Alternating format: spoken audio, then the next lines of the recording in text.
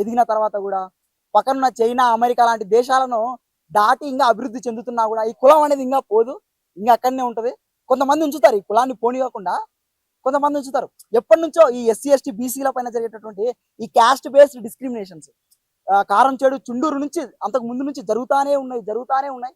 మొన్న మహబూబ్ నగర్ లో, పాలమూరు జిల్లాలో, ఉమ్మడి మహబూబ్ నగర్ జిల్లాలోని నాగర్ కర్నూలు జిల్లాలో కుమ్మెర గ్రామంలో, ఆ కుమ్మెర గ్రామానికి సంబంధించిన ఒక కుటుంబ సభ్యులు ఆ పాప పుట్టి 2 నెలలు అవుతుంది.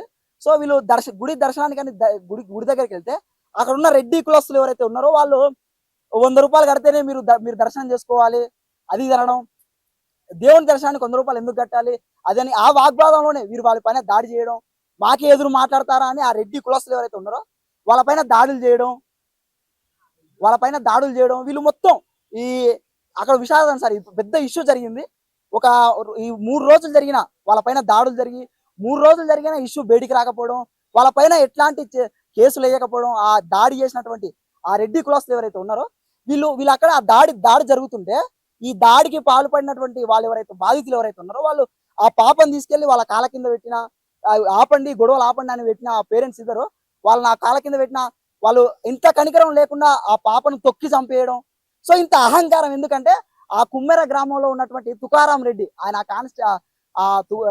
సర్పంచ్, ఆ గ్రామ సర్పంచ్, కుమ్మెర గ్రామ సర్పంచ్, మళ్ళా constituency MLA, Nagar Kurnool constituency MLA Kuchakula Rajesh Reddy, ఆయన రెడ్డి కాంగ్రెస్ పార్టీ, మళ్ళీ మన తెలంగాణ రాష్ట్ర ముఖ్యమంత్రి రేవంత్ రెడ్డి గారు ఆ జిల్లాకు సంబంధించిన ఆయన మళ్ళీ ఈయన కూడా.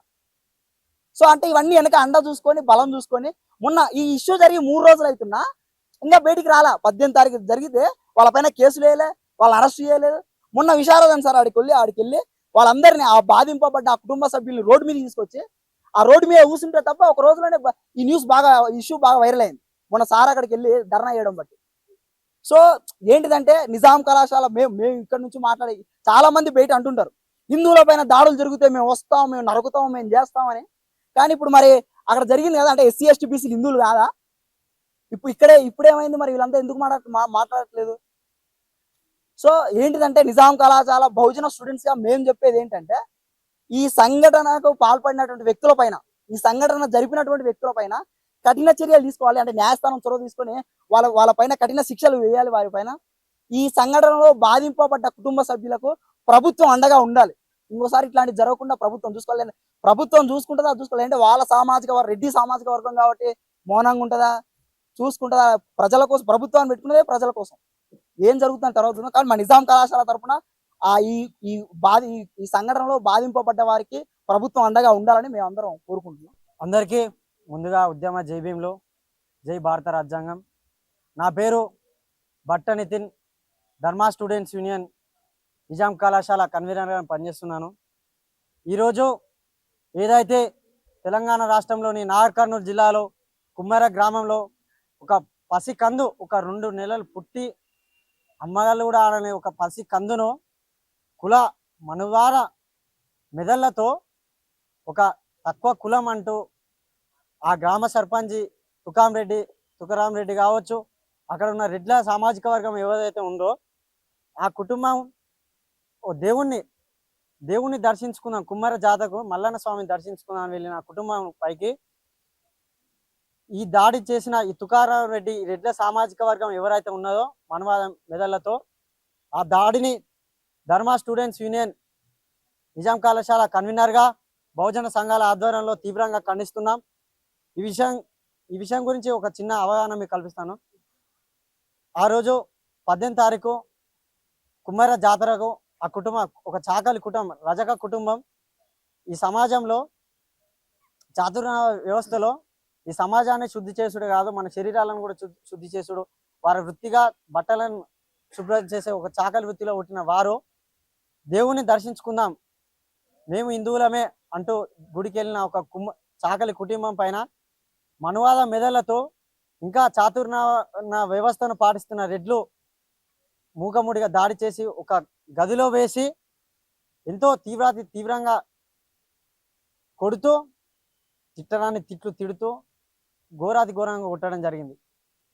అందులో ఒక 2 నెలల పసికందు చిన్న పిల్ల, ఆ తల్లి మమ్మల్ని కొట్టకండి దయచేసి, మేము ఏ పాపం తెలియని వాళ్ళం, కేవలం మిమ్మల్ని ఆ గుడిలోకి వెళ్తుంటే వారు అడుగుతారు, 100 రూపాయలు కట్టండి మీరు అని అడిగితే, రిసిప్ట్ ఇస్తారా, ఇస్తేనే కడతామని అన్నందుకు మీరు చాకలోలు, మీరు తక్కువ జాతులు, అంటరానులు, మిమ్మల్ని రూపాయలు రానిచ్చుడే ఎక్కువ, ఇంకా మీకు రిసిప్ట్ కావాలని అహంకారంతో అక్కడున్న రెడ్లు మనవాద మెదడులతో చాతుర్మాన వ్యవస్థను పాటిస్తూ మూకముడిగా దాడి చేయడంతో ఆ తల్లి ఎంతో వేడుకున్నా వాళ్ళ కాళ్ళ దగ్గర పెట్టినా కానీ కనికరించకుండా ఓ పసి కందుని తొక్కి చంపడం జరిగింది.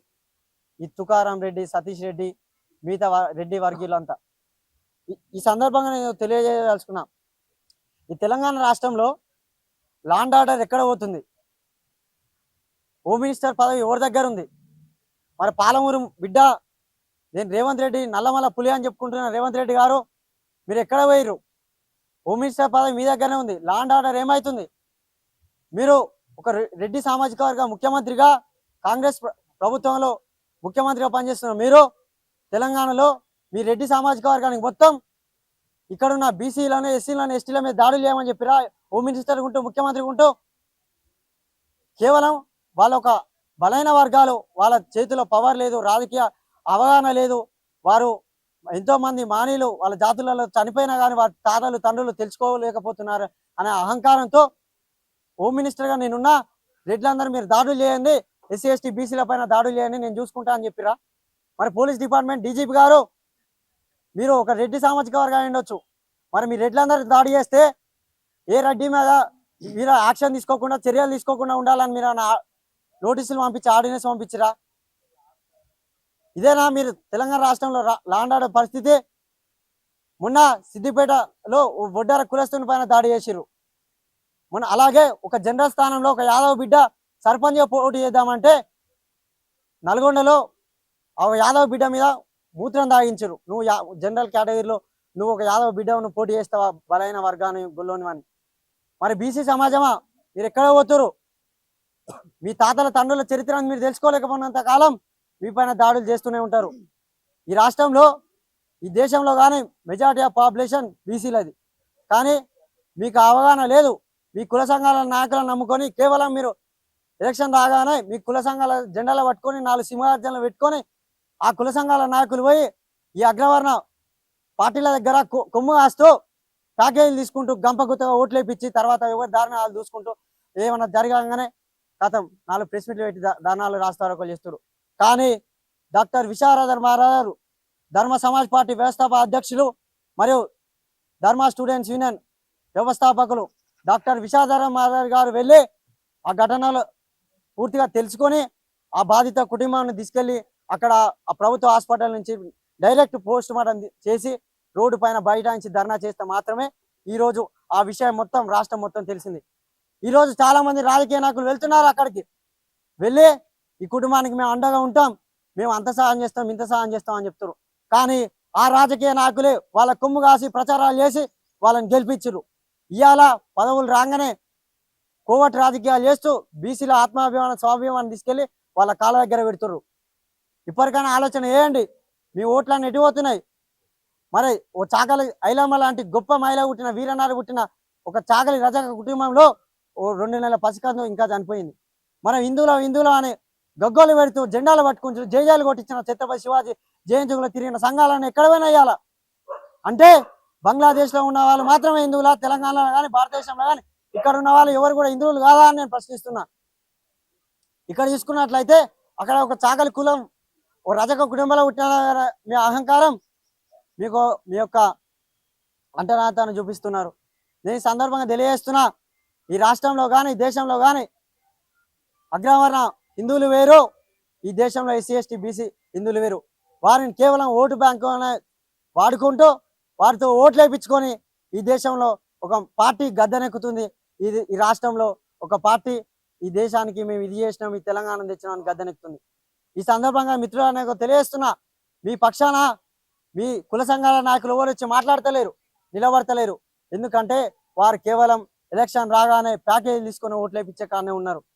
అలాగే ఇప్పుడున్న పార్టీలు, మన BRS party working president KTR గారు, మీరు ఎక్కడున్నారు? ఏ విదేశాలలో మీ బిజినెస్ డీల్ చేసుకుంటున్నారు? ఏమన్నా ఘటన కాగానే మీ పార్టీల పైన దాడులు జరగానే, మీ వాళ్ళ పైన దాడులు జరగానే ట్వీట్ పెట్టలే మీరు. ఇప్పటికీ వారం గడుస్తున్నా కానీ ఆ బాధిత కుటుంబం గురించి కానీ వారి గురించి కానీ ఒక ప్రెస్ మీట్ పెట్టి ఖండించింది లేదో, ఒక ట్విట్టర్లో ట్వీట్ పెట్టింది లేదు. మరి తెలంగాణ ఉద్యమకారును నేను బీఆర్ఎస్ పార్టీ రాష్ట్ర నాయకుని వ్యవస్థాపక నాయకుని అని చెప్పుకుంటున్నా. హరీష్ రావు గారు మీరెక్కడ వేరు అంటే కేవలం ఇక్కడ ఎస్సీ రజక కుటుంబంలో ఒక బీసీ కుటుంబంలో పుట్టిన మహిళనే బిడ్డనే అనే మీ చిన్న చూపు ఎప్పుడైనా సరే గుర్తుపెట్టుకోండి. మాన్య శ్రీ కాంచీరామ్ గారు ఒక మాట చెప్తారు, అధికారంలో ఉన్న జాతులపైన ఎన్నడూ కూడా దాడులు జరగవు, అధికారంలో లేని జాతులపైన ఈ దేశంలో కానీ ఈ రాష్ట్రంలో కానీ దాడులు జరుగుతాయని చెప్తారు. అది నిజం. దానికి నిదర్శనమే ఆ రోజు సిద్దిపేటలో ఒక వడ్డరాన మీద జరిగిన దాడి అయిండొచ్చు, ఈరోజు నల్గొండలో జరిగిన ఒక గొల్ల యాదవ్ బిడ్డ పైన దాడి అయిండొచ్చు, ఈరోజు నార్ కర్నూలులో కుమార గ్రామంలో జరిగిన ఒక చాకలి బిడ్డ. అరే ఎట్లా మీ మనసు దోసింది? అసలు మీకు ఎట్లా ఆ మనసు చిన్న కనికరించలేదా? అంటే మీ ఇళ్ళలో ఉండే పిల్లలైనా మీకు కనిపించేది అంటే ఒక 2 నెలల పసి కందాన్ని చూడకుండా ఎట్లా తొక్కి చంపబుద్ధి అయిందని నేను ప్రశ్నిస్తున్నా. ఇలాగే కొనసాగిస్తే ఈ రాష్ట్రంలో కాంగ్రెస్ ప్రభుత్వాన్ని, ఈ రెడ్ల ప్రభుత్వాన్ని కూలదోసి మా బహుజనులను, ఎస్సీ ఎస్టీ బీసీ మైనార్టీ వర్గాలను మేము చైతన్య చేసి ఓటు చైతన్యంతో, చాకలి ఐలమ్మ పట్టుకున్న బల్యంతో, సర్దార్ సర్వాయి పాపన్న పట్టుకున్న కత్తితో ఈ రాష్ట్రంలో ఈ రెడ్ల ప్రభుత్వాన్ని కూలదోసి, అగ్రవర్ణ ప్రభుత్వాన్ని కూలదోసి మా ఎస్సీ ఎస్టీ ప్రభుత్వాన్ని నెలకొల్పుతామని తెలియజేస్తూ ఈ మీడియా సమావేశానికి విచ్చేసిన మిత్రులను ధన్యవాదాలు తెలుపుతూ, నా పేరు నితిన్, ధర్మా స్టూడెంట్స్ నిజాం కళాశాల కన్వీనర్. నా పేరు సతీష్ స్వైరో స్టూడెంట్ యూనియన్ నిజాం కళాశాల ప్రెసిడెంట్గా పనిచేస్తున్నాను. ముందుగా స్వైరో స్టూడెంట్ యూనియన్ నిజాం కళాశాల కమిటీ ఈ యొక్క సంఘటనని తీవ్రంగా ఖండిస్తున్నాం. ఏదైతే భారతదేశంలోని తెలంగాణ రాష్ట్రంలోని నాగర్ కర్నూలు జిల్లాలోని కుమ్మర గ్రామంలో ఏదైతే పసికందు 2 నెలల పసికందును ఏదైతే అగ్రకుల వర్గాలకు చెందినటువంటి వ్యక్తులు, అధికారంలో ఉన్నటువంటి వాళ్ళు అధికార పార్టీకి కొమ్ము కాస్తున్నటువంటి వ్యక్తులు ఇలా బాలికని కాలితో తన్ని చంపడం జరిగింది.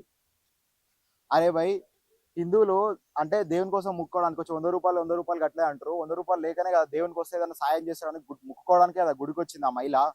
ఇప్పుడు ఏదైతే ఆ మహిళ తల్లి ఎవరైతే 2 నెలల పసికందు పాపను ఎత్తుకొని గుడికి వచ్చిందో, ఆ గుడికి వచ్చిన మహిళ ఆ పసిపందుల్లో మన హిందూ సాంప్రదాయాల ప్రకారం ఏదైతే పసిపిల్లలు ఉన్నారో వాళ్ళనే, చిన్నపిల్లలనే మన దేవులుగా సమానంగా భావిస్తాం.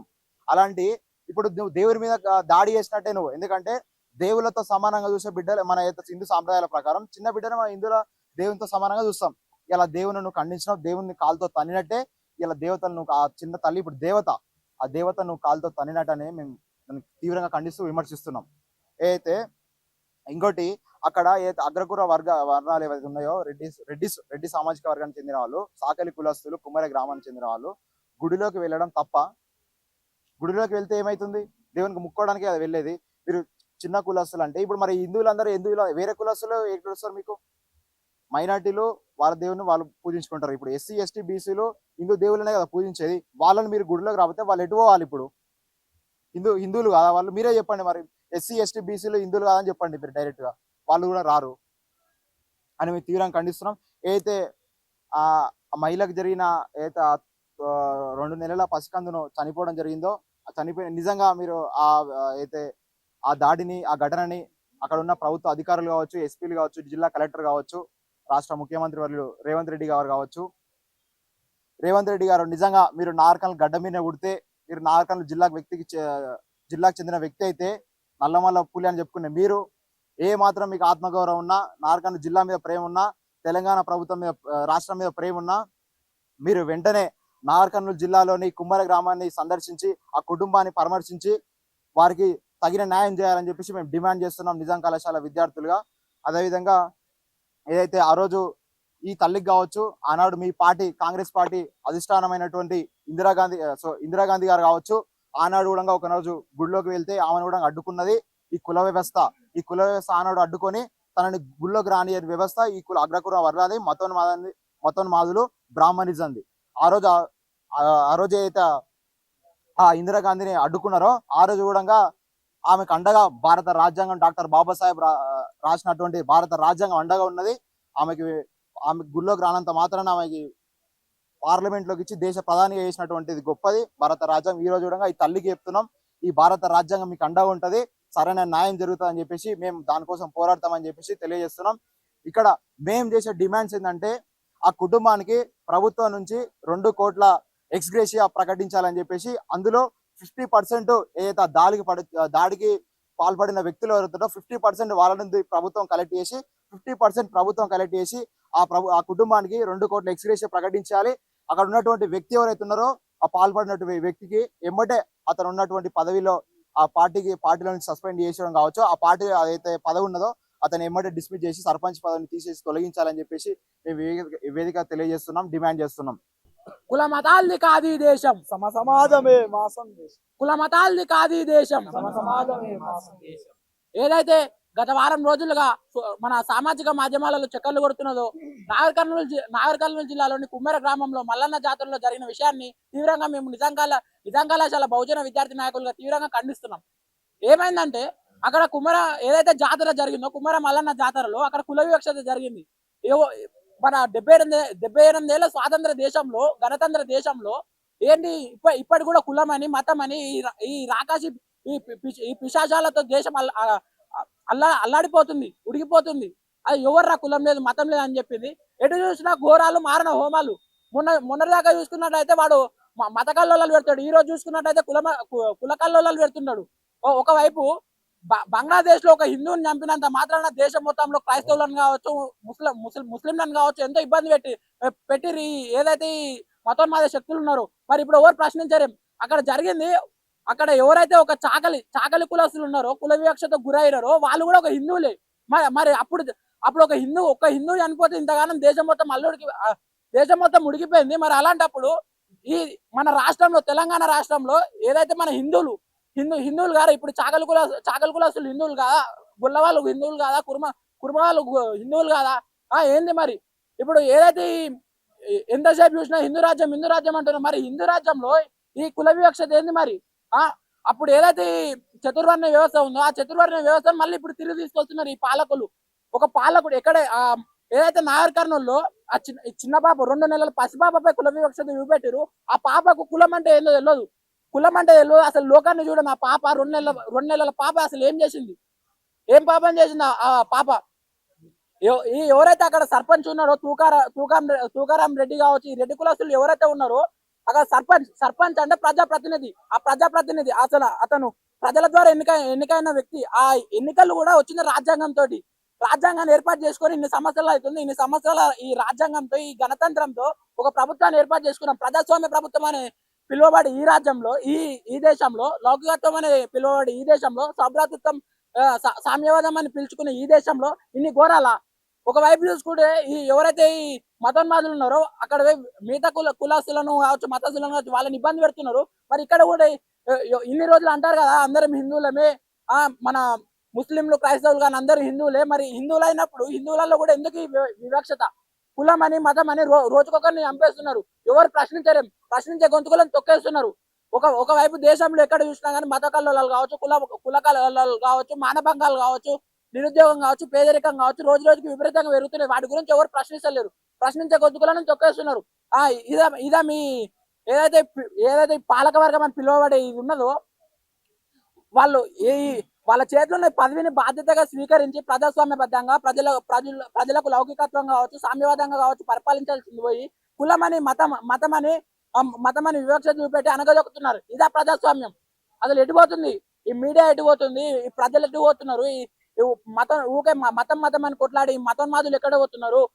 అగ్రకులస్తులు కావచ్చు, మన బహుజన సంఘాలు ఎటుపోతున్నాయి? ప్రశ్నించడం ఎవరు? ఎటు చూసినా ఘోరాలు. ఇప్పుడు ఈ రోజు ప్రశ్నించకపోతే రేపు నాడు అనగదొక్కుతూనే ఉంటారు. ఎప్పుడైతే ప్రశ్న మొదలైనప్పుడు ఏదైతే అధికారం ఉంటుందో అధికారానికి పతనం మొదలవుతుంది. మన నుంచి ఎవరైతే అనగదొక్కబడిన వాళ్ళు ప్రశ్నించినప్పుడు ఏదైతే ఈ అగ్రకులాలు కావచ్చు ఎవరైతే అణచివేత చేస్తారో అణచివేత చేసే వాళ్ళలో పతనం మొదలవుతుంది. కాబట్టి ప్రశ్నించండి. ఏ కులాన్ని మతాన్ని కాదు ఈ దేశం, చివరికి మిగిలేది మానవత్వమే. మానవత్వంతో ముందుకు సాగండి. ఇదా మన దేశం. పక్క దేశాలు, ప్రపంచంలో ఎన్నో దేశాలు ఉన్నాయి, దాదాపు 200లకు పైగా దేశాలు ఉంటే ఆ దేశాలలో వివిధ రకాలుగా పరిపాలన వ్యవస్థలు ఉంటే ఒక్కొక్కరు ఒక్కొక్కలాగా పరిపాలిస్తున్నారు. పరిపాలించినా కానీ అక్కడ ఈ కుల వివక్షత కావచ్చు, మత వివక్షత కానీ అసలు లేదు. మానవత్వంతో ఏదైతే మన కాలం నడుస్తున్నదో కాలంతో పాటు కాలంతో అనుగుణంగా వాళ్ళు ముందుకు సాగి అభివృద్ధి చెందుతున్నారు. ఒక్కొక్కరు ఈ భూమిని దాటి, ఈ భూగోళాన్ని దాటి ఎటేటో వెళ్తుంటే మన దేశంలో ఇంకా కులం అని, మతం అని, కొట్టుమిట్టాడుతున్నారు. ఇదా మన దేశం బాగుపడ్డ తీరు? ఈ ప్రశ్నించడం ఎవరు? కాబట్టి మేము నిజాం కళాశాల బహుజన విద్యార్థి సంఘాలుగా దీన్ని తీవ్రంగా ఖండిస్తున్నాం. ఏదైతే ఈ కుల వివక్ష జరిగిందో దాన్ని తీవ్రంగా ఖండిస్తూ ఎవరైతే ఈ అగ్రకులస్తులు కావచ్చు, అగ్రవర్ణాలు కావచ్చు, ఆ కుల వివక్ష చూపెట్టిన ఈ ఈ కుల పిశాచాలు కావచ్చు, మతాలకు సంబంధించిన చిచ్చులు పెడుతున్న ఈ మతోన్మాదులు కావచ్చు, వాళ్ళకు తీవ్రంగా వాళ్ళని ఖండిస్తున్నాం. ఏదైతే ప్రభుత్వం ఉందో ఈ కుల వివక్ష చూపెట్టిన వాళ్ళపైన తీవ్రంగా తీవ్రంగా చర్య తీసుకొని వాళ్ళని వెంబడే సస్పెండ్ చేయాలని కోరుతున్నాం. ఎవరైతే రేవంత్ రెడ్డి గారు కావచ్చు, మన రాష్ట్ర ముఖ్యమంత్రి వర్యులు, వాళ్ళు కూడా ఒక అగ్రకులానికి చెందిన వ్యక్తి. ఆయన రెడ్డి కులస్తుడు. అది కూడా ఆయన కొండారెడ్డిపల్లి అంటే మన ఉమ్మడి పాలమూరు జిల్లాకు చెందిన వ్యక్తి. నాగర్ కర్నూలు జిల్లా దగ్గరలోని కల్వకుర్తికి చెందిన వ్యక్తి. వాళ్ళ సమీప గ్రామంలోనే కుల వివక్షత అనేది జరిగింది. అక్కడ చేసింది కూడా ఒక రెడ్డి కులస్తుడే. ఆ రెడ్డి కులస్తుడు కావచ్చు, ఇక్కడ ఉన్న మన ముఖ్యమంత్రి రేవంత్ రెడ్డి కావచ్చు, ఇద్దరు కాంగ్రెస్ చెందిన ప్రజాప్రతినిధులే. కాబట్టి దాన్ని మేము తీవ్రంగా ఖండిస్తున్నాం. ఎవరైతే ముఖ్యమంత్రి రేవంత్ రెడ్డి గారు ఉన్నారో వాళ్ళు దానిపై తీవ్రంగా చర్య తీసుకొని అక్కడున్న ఎవరైతే ఆ వ్యక్తి కుల వివక్షతను చూపెట్టారో ఆ రెడ్డి కులస్తులను వాళ్ళ పదవిలో నుంచి తొలగించి వాళ్ళని వెంబటే వాళ్ళపైన కఠినమైన చర్య తీసుకొని జైల్లో వేసి ఎవరైతే నష్టం జరిగిన కుటుంబానికి పరివాసారంగా వాళ్ళకు కూడా ఎంతో అంత లాభం చేకూర్చాలి. ఇంకోటి ఇవే కాదు, ఇంకా ముందు ఎన్ని కులాలకు సంబంధించిన చర్యలు కావచ్చు, మతాలకు సంబంధించిన చర్యలు కావచ్చు, ఇంకా ఏం జరిగినా కానీ మేము సహించము. బహుజన విద్యార్థి నాయకులుగా ఆ రోజు అంబేద్కర్ ఏదైతే పుస్తకం మన రాజ్యాంగం పట్టిండో ఆ రోజు అంబేద్కర్ రాజ్యాంగం పట్టబట్టి ఈ రోజు మేము ఈ పుస్తకాలు బట్టి ఇక్కడ కళాశాలల్లో కావచ్చు, మన విద్యాలయాల్లో చదువుకుంటున్నాం. కాబట్టి అంబేద్కర్ వారసులుగా చెగువేర పౌరుషాన్ని నింపుకున్న ఒక కమ్యూనిస్ట్ భావజాలం ఉన్న విద్యార్థులుగా దీన్ని తీవ్రంగా ఖండిస్తున్నాం. ఇక సహించేది లేదు. ముందు ఈ ప్రభుత్వం కావచ్చు, ఈ వర్ణ వ్యవస్థతో, ఈ కుల వివక్షతో, మతోన్మాదంతో, ఫాసిస్ట్ సిద్ధాంతం విర్రవీగిపోయి ఏ ప్రభుత్వం, రాష్ట్ర ప్రభుత్వం కావచ్చు, కేంద్ర ప్రభుత్వం కావచ్చు, ఏ ప్రభుత్వం అయినా సరే వాటికి తీవ్రంగా ఉద్యమాన్ని తలెత్తి తీవ్రంగా ఖండిస్తామని ఈ సభ వేదికగా చెప్తున్నాం. కాబట్టి మరోసారి ఎవరైతే కులవాదులు, మతవాదులకు హెచ్చరిక ఇస్తున్నాం. నమస్తే బ్రో. నమస్తే అన్న. రీసెంట్ జరిగినటువంటి నగర్ కర్నూలు కుమ్మేర జాతర సంబంధించినటువంటి చిన్న పసిపాప చనిపోవడం జరిగింది. దానిపై మీ అభిప్రాయం ఏంటి? అభిప్రాయం ఏంటంటే దాన్ని తీవ్రంగా ఖండిస్తున్నాం మనం. ఎందుకంటే చాలా బాధాకరమైన విషయం. ఎందుకంటే ఒక చిన్న పాపను కూడా కులాన్ని వెతుకుతున్న ఈ వ్యక్తులను, ఆ వ్యక్తులను ఏమని పిలవాలి మనం? ఈరోజు పెద్ద మనుషులు గ్రామాన్ని పాలించే పాలకుడు. ఎందుకంటే సర్పంచ్ పదవిలో ఉన్నాడు అతను. ఆ గ్రామాన్ని మొత్తం ప్రజలకి చిన్న పాప నుంచి, పక్షుల నుంచి, కుక్కల నుంచి కాపాడుకునే వ్యక్తి బాధ్యత ఆ ఊరి సర్పంచ్ మీద ఉంటది. కానీ వాళ్ళ ఆ సర్పంచ్ 2 నెలల పసికందును కాలుతో తన్ని చంపాడు అన్న. ఇంతకన్నా ఘోరమైన విషయం మనకేముంటది చెప్పండి? ఎందుకంటే నాగర్ కర్నూలు జిల్లాలో అట్లాంటి కాంగ్రెస్ పార్టీ నాయకత్వం, ప్రజాపాలన చెప్పుకునే కాంగ్రెస్ ప్రభుత్వం ఏదైతే ఈ రాష్ట్రానికి ముఖ్యమంత్రి పదవిని చేస్తున్నటువంటి వ్యక్తి కూడా నాగర్ కర్నూలు జిల్లాకు చెందిన వ్యక్తే. అలాంటిలో కూడా వారు అండ చూసుకొనేనా ఇలా కుల దాడులు చేస్తున్నారు? ఎందుకంటే కుల దాడులు చేయడంలో మీకు ఏమొస్తుంది? వాళ్ళు కూడా హిందువులే కదా, మనతోటి బంధువులే. మీరు రాబంధువులాగా ఎందుకు తయారవుతున్నారు? హిందువులలో అందరం హిందువులం కావాలి, కానీ ఇంకా రాబంధువులు ఎందుకు పుట్టుకొస్తున్నారని ఈ హిందూ సమాజంలో తీవ్రంగా ఖండిస్తున్నాం. ఆ కుల వివక్షతకు అనరాని మాటలు అనుకుంటా, లంజముండ, దొంగముండ అనుకుంటే సాకలిముండ అని చెప్పేసి తిట్టడం, ఇదంతా కరెక్టేనా అసలు? ఇది ఇంత నేరం అండి? చిన్న పాపను పట్టుకో అని చెప్పేసి కాలుతో తన్నడమా? ఏం పాపం చేసింది? ఏ నేరం చేసింది? చిన్న పిల్లలనే కదండి మన హిందూ సాంప్రదాయాల ప్రకారం దేవుణ్ణి చూసుకునేది మనము. అలాంటిది ఈరోజు ఆ చిన్న పాపను చంపడం వల్ల ఏమొచ్చింది మనకి? మొన్ననే శివ ఛత్రపతి జయంతి ర్యాలీలు, రాస్తారోకలు చేసిరు. ఏదైతే ర్యాలీలు, రాస్తారోకలు చేసుకుంటే పెద్ద పెద్ద హిందువుల జెండాలు, కాషాయ జెండాలు పట్టుకొని ఊర్లు మొత్తం తిరిగి, ఊరు వాడలు తిరిగి ఛత్రపతి శివాజీ జయంతులు చేసిండు. ఛత్రపతి శివాజీ ఇదే నేర్పిండు అండి మనకి. స్త్రీలను ఏ విధంగా గౌరవించిండు ఛత్రపతి శివాజీ? ఆ రోజు స్త్రీలకు ఏ విధంగా రక్షణ కల్పించిండు ఛత్రపతి శివాజీ? స్త్రీవాదిగా నిలబడ్డాడు ఛత్రపతి శివాజీ. మనం హిందువుల రక్షకుడుగా అని చెప్పుకునే ఛత్రపతి శివాజీని మనం ఆదర్శంగా తీసుకొని ఇవేనా మనం చేసే పనులు? హిందువులందరూ ఇలా తక్కువ కులం, ఎక్కువ కులం అని చెప్పేసి మాట్లాడుతున్నారు. బీసీ రజకులానికి చెందిన బాధాకరమైన విషయం ఏంటంటే, ఇంకా బీసీ సామాజిక వర్గానికి చెందిన బీసీ సంఘాల వ్యక్తులు కూడా ఇవాళ ఎవరు బయటికి రాకపోవడం చాలా బాధాకరమైన విషయం. ఇంకా దాడులు చెప్తే ఇంకా ఎన్ని రోజులు? స్వతంత్రం వచ్చి ఇప్పటికీ 70 ఏళ్ళకు పైగా పడుతుంది. అయినా కూడా ఇంకా ఈ దాడులు జరుగుతున్నాయి. కుల దాడులు జరుగుతూనే ఉన్నాయి, మత దాడులు జరుగుతూనే ఉన్నాయి. ఇంకెన్నడూ మారేది. మనం హిందువులు అని చెప్పుకుంటున్నాం కదా, హిందువులలో కూడా ఈ రాబందులు తయారై హిందువుల వ్యవస్థను కూల్చేదన్న ప్రయత్నం చేస్తున్నారు. కాబట్టి వాళ్ళని తక్షణమే ఖండించాలి. అదంటే ఈ భూమి మీద ఉంచకుండా వారు ఉరిశిక్ష వేయాలి.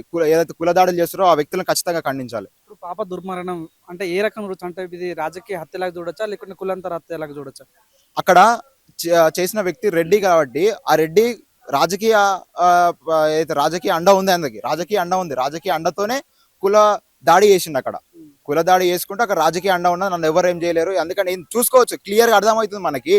18 తారీఖు నాడు జరిగితే ఇప్పటి వరకు కూడా అక్కడ ఎవరు ఆ వ్యక్తులను దాడి చేసినట్టు వ్యక్తులను ఇంకా గుర్తించలేకపోతున్నారు. అంటే ఇంత దుర్భాగ్యమైన పరిస్థితి. అక్కడ ఎస్పీ గారు కావచ్చు, డిఎస్పీ గారు కావచ్చు, ఎస్ఐ గారు కావచ్చు, సిఐ గారు కావచ్చు, అక్కడ ఉన్నటువంటి ఎమ్మెల్యే కావచ్చు గారు ఎవరు స్పందించలేకపోతున్నారు. ఎందుకంటే ఇవాళ ఏదైతే ప్రభుత్వానికి వ్యతిరేకంగా, ప్రజాపాలనకు వ్యతిరేకంగా ఎవరైనా దాడులు కానీ ఏమైనా చేస్తే, రాస్తా రోకోలు ఏమైనా చేస్తే విత్ ఇన్ 24 hours లో అరెస్ట్ చేస్తారు, పోలీస్ స్టేషన్లు తీసుకొస్తారు, వాళ్ళ మీద ఎఫ్ఐఆర్ పెడతారు, కేసులు పెడతారు, హౌస్ అరెస్ట్ చేస్తారు. కానీ ఇప్పటి వరకు 5-6 రోజులు అవుతున్నా కూడా ఆ నిందితులను పట్టుకోలేకపోతున్నారు. అంటే ఈ ప్రభుత్వం ఎవరికి కొమ్ము కాస్తుంది, ఎవరికి ఈ ప్రభుత్వం అండగా వస్తుంది? హోమ్ మినిస్టర్ గారు కావచ్చు, వాళ్ళని ఎవరికి కాపాడుతుంది? ఇలా బాధితుల పట్ల ఉందా, లేకపోతే ఈ రాజకీయ నాయకుల కాంగ్రెస్ పార్టీ పట్ల ఉందా, రెడ్ల పట్ల ఉందా? ఈ ప్రభుత్వం ఎవరి పట్ల పనిచేస్తుంది అని ప్రశ్నిస్తున్నాను. కాబట్టి కాంగ్రెస్ పార్టీలో పిసిసి ప్రెసిడెంట్ మహేష్ గౌడ్ ఉన్నది జరిగింది. సో ఇప్పుడు బీసీల పైన ఇటువంటి దాడి జరుగుతుంటే అంటే ఎందుకు మౌనంగా ఉన్నారు? తను రెస్పాండ్ అవ్వాల్సిన అవసరం ఉంది అని అనిపిస్తుంది కదా, మీరేం చెప్పదలుచుకున్నారు? ఎందుకు స్పందించలేకపోతున్నారంటే ఆయన ఒక రెడ్డి కింద పనిచేస్తున్నాడు. అయ్యేలా ఆయన కాంగ్రెస్ పార్టీకి అధ్యక్షుడు కాదు, టీపీసీసీ అధ్యక్షుడు కాదు, రేవంత్ రెడ్డి కింద పనిచేస్తున్నాడు ఆయన. రేవంత్ రెడ్డి ఏం చెప్తే అది ఆడతారు అంతే. మొత్తం ఆ రెడ్డి ఏదైతే ఉన్నదో కాంగ్రెస్ పార్టీలో ఉన్నటువంటి మొత్తం రెడ్లు నడిపిస్తారు కాంగ్రెస్ పార్టీని. కాబట్టి ఈ బీసీలు ఎంతమంది ఉన్నా వాళ్ళేసే భిక్షం వీళ్ళు తీసుకొని తినాల్సింది తప్ప వీళ్ళు వాళ్ళని వీళ్ళు డిమాండ్ చేసేది లేదు. వాళ్ళు ఏం చెప్తే వీళ్ళు అనేది వాళ్ళ ఆటలే వీళ్ళు సాగుతాయి తప్ప వీళ్ళ ఆటలు ఏం సాగవు. అందులో దాంట్లో పేరుకు మాత్రమే టీపీసీసీ వర్కింగ్ ప్రెసిడెంట్. అంతకు మించి ఈయన నిర్ణయాలు, ఈయన ఆలోచన విధానం కాంగ్రెస్ పార్టీ పాటించదు. కాంగ్రెస్ పార్టీ కార్యకర్తలు కూడా పాటించారు. అది నడిపించేది మొత్తం రెడ్డి రాజ్యం, రెడ్డి కులస్తులు మాత్రమే. అది కూడా రేవంత్ రెడ్డి మాట నడుస్తుంది కాంగ్రెస్ పార్టీలో స్పష్టంగా అర్థమైపోతుంది. ఎందుకంటే కాంగ్రెస్ పార్టీలో ఎంతో మంది బీసీ నాయకులు ఉన్నారు, లేరా? బీసీ ముదిరాజు ఉన్నాడు, ఆయన వాకిటి శ్రీహరి ముదిరాజు, ఆయన కూడా మంత్రే కదా, స్పందించవచ్చు కదా. పక్క పాలమూరు జిల్లానే కదా, నీది కూడా పాలమూరు జిల్లాకు చెందిన వ్యక్తే కదా వాకిటి శ్రీహరి. మీరు కూడా స్పందించవచ్చు. రాష్ట్రం అంతగా ఇలా బాధాకరమైన విషయం చెందుతుంటే ఇలా పాలమూరు జిల్లాల మంత్రి కూడా వాళ్ళు బీసీ నాయకులు స్పందించలేకపోతారు. ఇంకా బండి సంజయ్ కూడా ముడతాలు ఉన్నా అంటే ఇలా నిజంగా నీకు ముడతాలు ఉంటే కుమ్మర గ్రామానికి పోయి అలా పరామర్శించాలని చెప్పేసి ఈ వేదిక డిమాండ్ చేస్తూ ప్రశ్నిస్తున్నాను నేను. ఎందుకు ఇప్పుడు ఈ జనరేషన్, ఏ జనరేషన్, 5G జనరేషన్, ఈ టైంలో కూడా కులంతోనే హత్య చేయటం ఏ రకంగా చూస్తారు మీరు? చాలా బాధాకరమైన విషయం అన్న. ఎందుకంటే ఇవాళ వాళ్ళ పిల్లలే కావచ్చు, ఇంకో పిల్లలు కావచ్చు, వాళ్ళు ఏం చేస్తున్నారు ఇవాళ కులం మీద నడుస్తలేదు అన్న. ఇవాళ రాజ్యాంగం మీద నడుస్తుంది, మన భారతదేశం రాజ్యాంగం మీద నడుస్తుంది, నాలెడ్జ్ మీద నడుస్తుంది. ఇంకా మనం ఎందుకు ముందుకు వెళ్తున్నాం? రాకెట్లలో ముందుకు ప్రయాణిస్తున్నాం మనం, ఏలో ముందుకు అడుగేస్తున్నాం. ఇలా ఏదైతే మూఢ నమ్మకాలకి దూరంగా బతుకుతున్నాం మనం. ఇలా మూఢ నమ్మకాలని నమ్మకుండా దూరంగా బతుకుంటూ ఒక చదువుకున్న వ్యక్తిగా మనం ఇలా చూడాల్సింది కుల వ్యవస్థ కదన్నా మన డెవలప్మెంట్. ఏ విధంగా ఇప్పుడు ఆర్థిక వ్యవస్థ వాళ్ళు చూసుకున్నట్టయితే ఆ చాకలి కులస్తుల ఆ తల్లికి ఉండడానికి కనీసం ఇల్లు లేదన్న, ఇల్లు లేదు, రేకులు ఇల్లు వేసుకొని రేకులు కట్టుకొని ఉన్న ఆ ఇల్లు. కాబట్టి ఎక్కడ పోతుంది ఈ భారతదేశం? మొన్న మీరే కదా కాంగ్రెస్ ప్రభుత్వం ఇందిరా ఇల్లు, మరి ఆ ఇల్లు ఆ తల్లి ఆ కాంగ్రెస్ ప్రభుత్వం గ్రామ కాంగ్రెస్ పార్టీ సర్పంచ్ అధ్యక్షునికి మరి మీకు కనిపించలేదు ఆ ఇల్లు కనిపించలేదు? మీరు ఇందిరా ఇల్లు ఇచ్చినప్పుడు ఆ తల్లి కూడా ఇవ్వచ్చుగా. ఇవాళ ఎటు నడుస్తుంది, ఇలా రెడ్ల రాజ్యం నడుస్తుంది పూర్తిగా అర్థం చేసుకోవచ్చు. వాళ్ళకు సంబంధించిన వ్యక్తులకు మాత్రమే ఇచ్చారు. కాబట్టి మనం ఏదైనా ఇవాళ దాన్ని తీవ్రంగా ఖండించాల్సిన విషయం మనకున్నది. ఇప్పుడు ఆ పాప హత్య కేసులో నిందితుడిగా ఉన్నటువంటి కాంగ్రెస్ సర్పంచ్ ఎటువంటి, అంటే చాలా మంది తన రాజీనామా చేయాలి, పార్టీ నుంచి తనను బయటకు పంపించాలని అంటారు. సో మీరేం చెప్పదలుచుకున్నారు? అతను ఫస్ట్ ఉరిశిక్ష చేయాలని, అతనికి ఉరిశిక్ష చేయాలి. పార్టీ నుంచి సస్పెండ్, తర్వాత ఆయన పదవి నుంచి తొలగించడం చిన్నవి ఇవి. ఎందుకంటే ఆయన చేసిన ఘోరానికి ఇవన్నీ చిన్నవి, తగిన శిక్ష కావు ఇవి. తనని ఉరిశిక్ష చేసినవే తగిన శిక్ష తనకి. ఎందుకంటే ఇలా పార్టీ నుంచి సస్పెండ్ చేయాలి, తర్వాత ఆ కుటుంబానికి ఎక్స్గ్రేషియా కూడా ప్రకటించాలి. అందులో కూడా 2 కోట్ల ఎక్స్గ్రేషియా ఈ ప్రభుత్వం ప్రకటించాలి. అందులో 50% ఆ బాధితులు ఉన్నారో, దాడికి పాల్పడిన వ్యక్తులు వాళ్ళు మాత్రమే దాంట్లో బాధ్యత తీసుకోవాలని చెప్పేసి డిమాండ్ చేస్తున్నాం. ఇంకోటి నాగర్ కర్నూలు జిల్లా ఆ ప్రాంతానికి, ఆ కుమ్మర గ్రామంలోని నాగర్ కర్నూలు జిల్లా కిందికి వస్తే, ఆ నాగర్ కర్నూలు జిల్లా ఎమ్మెల్యే ఎవరైతే ఉన్నారో అతను అచ్చంపేట పక్కన ఉన్నటువంటి కాన్స్టిట్యుయెన్సీ అచ్చంపేటలో గుళ్ళకి దర్శనం చేసుకున్నాడు. గుళ్ళకి ఇవి పెట్టుకొని చెప్పేసి గుళ్ళు దర్శనం చేసుకుని మంచి ప్రశాంతంగా దర్శనం చేసుకున్నాడు. ఇక్కడ ఆ మహిళలకు గుడిలోకి వెళ్తేనే దాడి జరిగింది. అతను పరామర్శించిన ఎమ్మెల్యే వ్యక్తి పక్క నియోజకవర్గంలోకి గుళ్ళకి వెళ్ళి సహాయిగా దర్శనం చేసుకున్నావు. నీలాగా వాళ్ళకి స్వేచ్ఛ వద్దా? నీలాగా వాళ్ళు దర్శనం చేసుకోవద్దా గుళ్ళ? నువ్వేమో మంచిగా దేవుని భక్తున్నావు, దేవునికి భక్తి ముక్కుపాటు తీర్చుకోవడానికి నువ్వు వెళ్తున్నావు. కానీ ఆ ఎస్సీ ఎస్టీ బీసీ మైనారిటీ బిడ్డలకు ఇలా గుళ్ళకు వెళ్ళే అవకాశం లేదు. వాళ్ళకెందుకు లేదు ఈ అవకాశం అని చెప్పేసి నువ్వు పరామర్శించినావు. నాగర్ కర్నూలు జిల్లా ఎమ్మెల్యేగా నువ్వు బాధ్యత తీసుకుంటున్నావు. ఇప్పుడు ఏ నియోజకవర్గంలో ఉన్నట్టు పరిధులు ఉన్నట్టు ఏ దాడికి గురైనా నీ మీద బాధ్యత ఉంటుంది. కానీ నువ్వు ఇలా పట్టించుకోవడం చాలా బాధ. నీలాగా వాళ్ళు ఉండొద్దా అని చెప్పేసి, నీలాగా వాళ్ళకు దేవుళ్ళు అండగా ఉండొద్దా, నీలాగా వాళ్ళు దేవుడు భక్తి కోరుకోవద్దని చెప్పేసి నేను డిమాండ్ చేస్తున్నాను. చాకలి ఐలమ్మ జయంతి వర్ధన జరుపుకునే మనము ఒక చాకలి కుటుంబం సంబంధించినటువంటి బిడ్డకు అన్యాయం జరుగుతుంది, ఎందుకు భవనం గురించి జనాలంటే మీరే చెప్తారన్న? ఎందుకంటారంటే ఇప్పుడు ఏదైతే చాకలి కులాలు సంఘాలు ఏదైతే ఏర్పాటు చేసుకున్న కొంతమంది వ్యక్తులు ఇలా వాళ్ళకి రెడ్లకు అమ్ముడు పోతున్నారు. అందుకోసం ఈ చాకలి కులస్తుల చాకలి ఐలమ్మ గాని వీర పోరాటం గురించి కానీ ఆమె చరిత్ర గురించి కానీ మన ప్రజలకు తెలియజేయకపోవడమే అసలైన నష్టం మనకి. ఎందుకంటే ఆమె చరిత్ర తెలిస్తే ఆ మనలో ఉన్న స్ఫూర్తి మనకు మొదలవుతుంది. ఏ విధంగా అయితే చాకలి ఐలమ్మ ఆ రోజు రెడ్ల మీద దొరల మీద పోరాడి తన ప్రజలటువంటి భూమిని పంచి తనకు వ్యవసాయం చేసిన పండించిన మా పంట అని చెప్పేసి మాకు ధర కావాలని చెప్పేసి మా భూమి మేము పండించింది మేమని చెప్పేసి మాకు కావాలని చెప్పేసి ఆ రోజు పోరాటం ఎట్లా చేసిందో ఈ రోజు మనం కూడా అట్లే ముందుకు తయారవుతుంది. కాబట్టి ఆ చరిత్ర చెప్పలేకపోతారు మీరు, చరిత్ర చెప్తే మనకి ఏమైనా తెలుస్తుంది.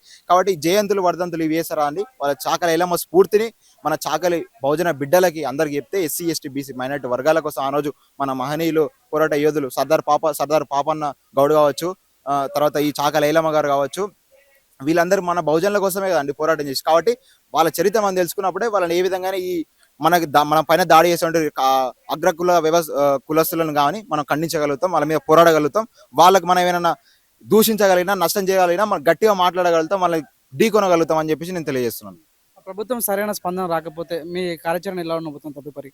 తప్పకుండా మేము ప్రభుత్వం నుంచి ఏదైతే మా డిమాండ్స్ ఏంటంటే ముఖ్యంగా అక్కడ ఉన్నటువంటి ఇప్పటి వరకు కూడా ఎస్పీ గారు కావచ్చు, డిఎస్పీ గారు కావచ్చు, కలెక్టర్ గారు కావచ్చు, ఎస్పీలు కావచ్చు, సిఐలు కావచ్చు, ఎటువంటి చర్యలు తీసుకోవడం లేదు. కాబట్టి ఫస్ట్ వాళ్ళని కూడా సస్పెండ్ చేయాలి. కలెక్టర్ని కావచ్చు, ఎస్పీలను కావచ్చు, సిఐలను కావచ్చు, ఎస్ఐలను కావచ్చు, వీళ్ళని సస్పెండ్ చేయాలి. ఫస్ట్ ఇక్కడ వీళ్ళని సస్పెండ్ చేయాలి. ఎందుకంటే వాళ్ళే ఇప్పుడు ఏదైతే ఈ ప్రభుత్వానికి వ్యతిరేకంగా చేసే దాడులు house arrest with in 24 hours చేస్తారు, 7 hours చేస్తారు. ఇక్కడ ఉన్న పట్టుకొచ్చి తీసుకొచ్చి హౌస్ అరెస్ట్ చేస్తారు, పోలీస్ స్టేషన్ తీసుకొచ్చి ఎఫ్ఐఆర్లు బుక్ చేస్తారు. ఇలా మీకు గ్రామ సర్పంచ్ అధ్యక్షులు మీరు పట్టుకోలేకపోతే మీరు ఏం డ్యూటీ చేస్తున్నారు? మీరు నార్కల్ జిల్లాలో ఎస్పీ కార్యాలయం చూడడానికి ముచ్చట పెట్టుకున్నారా? అంతమంది వ్యవస్థలు అందులో పనిచేస్తారు వ్యక్తులు. మీరు పోవాలా, పోయి పక్కనే ఎంత దూరం, నార్కల్కి ఎంత 8 kilometers దూరం, 8 అడుగులు వేస్తే పోవచ్చు. అలాంటి 8 అడుగులు దూరం మీరు పోలేకపోతున్నారు అంటే మీరు ఎవరికి కొమ్ము వస్తున్నారు, ఎవరికి చెప్పినట్టు వింటారు, మీరు ఎవరికి చెప్పినట్టు ఆట ఆడుతున్నారు. మీరు నార్కల్ జిల్లా ప్రజల సొమ్ముతో మీరు జీతాలు తీసుకుంటే ఇలా ప్రజల కోసం పని చేయకుండా మీరు ఏంటి కోసం తప్పును మళ్ళీ తప్పుదో పట్టించే ప్రయత్నం చేస్తున్నారు పోలీస్ వ్యక్తులు. ఇందులో ముఖ్యంగా రాజకీయ నాయకుడు, ఆ నాయకుడు మాకు కేసీఆర్ చుట్టామని మా రేవంత్ రెడ్డి చుట్టామని చెప్పేసుకొని మాకు అగ్రకుల వర్ణాలు మాకు సపోర్ట్ ఉన్నాయని చెప్పేసి వాళ్ళేమో ఇరవీగుతున్నారు. ఈ పోలీస్ అధికారులు వాళ్ళు కూడా కొమ్ము కావాల్సిన ఇలా ప్రజల పక్షాన్ని నిలబడాల్సిన అధికారులు వాళ్ళకు రాజకీయ పరంగా వీళ్ళు వాళ్ళకి అండగా ఉంటున్నారు అన్న. వాళ్ళని చూసుకొని వాళ్ళకి చేసుకొని ఈ ప్రజలకు అన్యాయమైన ప్రజలకి న్యాయం చేయలేకపోతున్నారు.